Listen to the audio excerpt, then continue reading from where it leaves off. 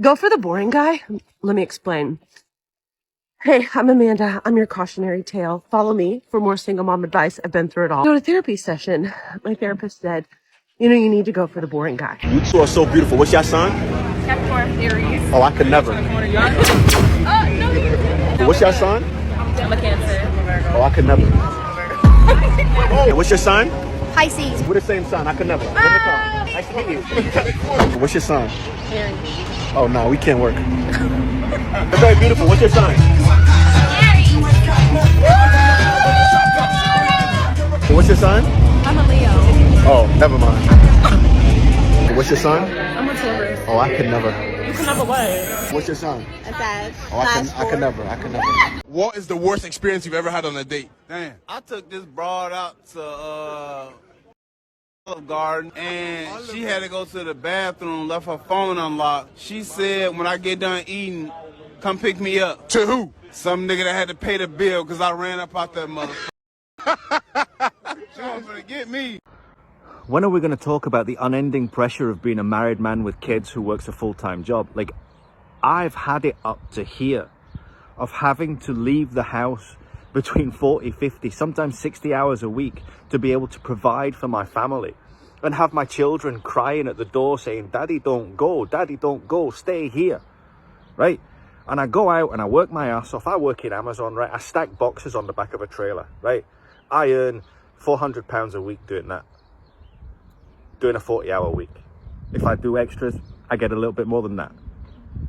And then I've got to come home, I'm knackered, and be there for my wife and be there for my children and be happy. And this struggle of this triangle of insanity that we live in as men, of being married, having children and working full time, and all this time trying to be happy, trying to be there for my wife and my children.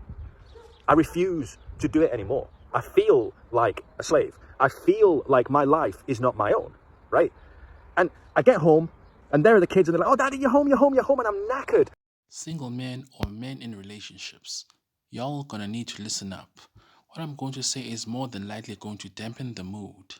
Marriage, especially in this day and age, is not for everyone. Growing up, you thought that you'd meet your princess, all would be well.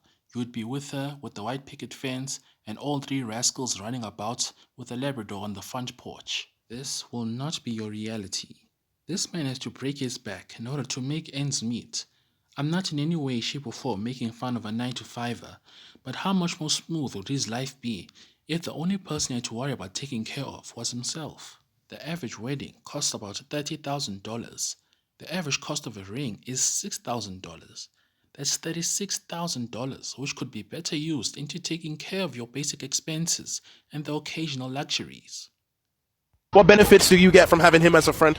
So the benefits that I get is like he can tell me like what guys are into me and what guys aren't. What benefits does he get from having you as a friend? All right, it's you. Different perspectives, you know what I mean? Every person is different. People are just people. If we like the same things, why can't we be friends? Doesn't matter who you are or what you are. If somebody tried to rob you right now, do you expect him to try and step in?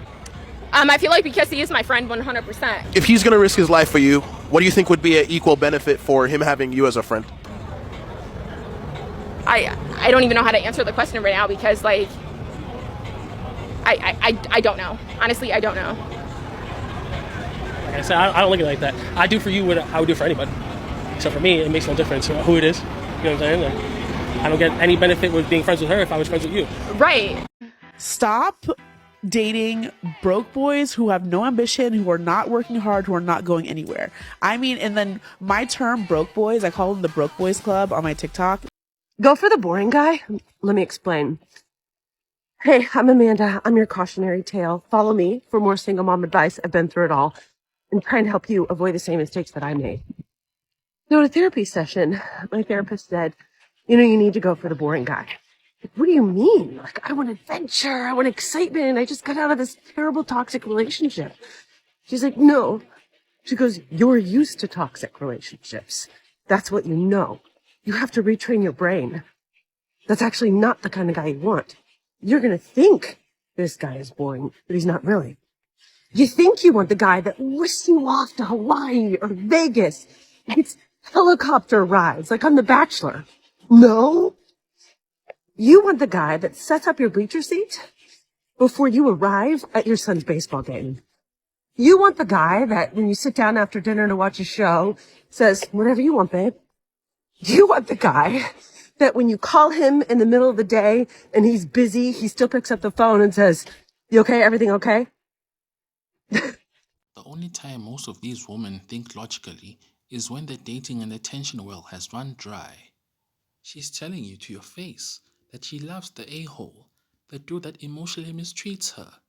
You can deduce from this clip that this woman has previously been in a toxic relationship, but pushed the ejection button because the negatives vastly outweighed the positives. But she's telling you to your face, without hesitation, that she misses the chaos. She has learned the hard way that Chad isn't husband material. Now that she has called it quits, she realizes that she needs companionship, stability, and peace. You can safely assume this because she's talked with a therapist and that she's single. These two things, on top of the fact that she's craving an adrenaline rush from the maltreatment from Chad, are the two massive mountains that you, Mr. Nice Guy, are going to have to climb. I don't choose to say this because I don't have anything else to say. I say this because you men might forget this, as maybe you're in a talking phase with a woman, or there's some simp with a pure heart who is truly naive. Alpha play, beta pay. Don't invest your energy, time, devotion, love, and most importantly your money into raising another man's seed, because if everything goes south, that kid whom you formed a bond with, you will have no grounds to fight for custody, as the kid was never yours to begin with. Secondly, you will always fall short when she compares you to her ex. Don't forget to like and subscribe and comment. Until next time. There were men that I literally knew I had no future with this person. They were placeholders, and I would tell them anything. Yes, placeholders. And I would tell them anything to like reel them in, to get them to think that I liked them or cared for them more than I actually did, because it was like an ego boost to have a guy fiend for you.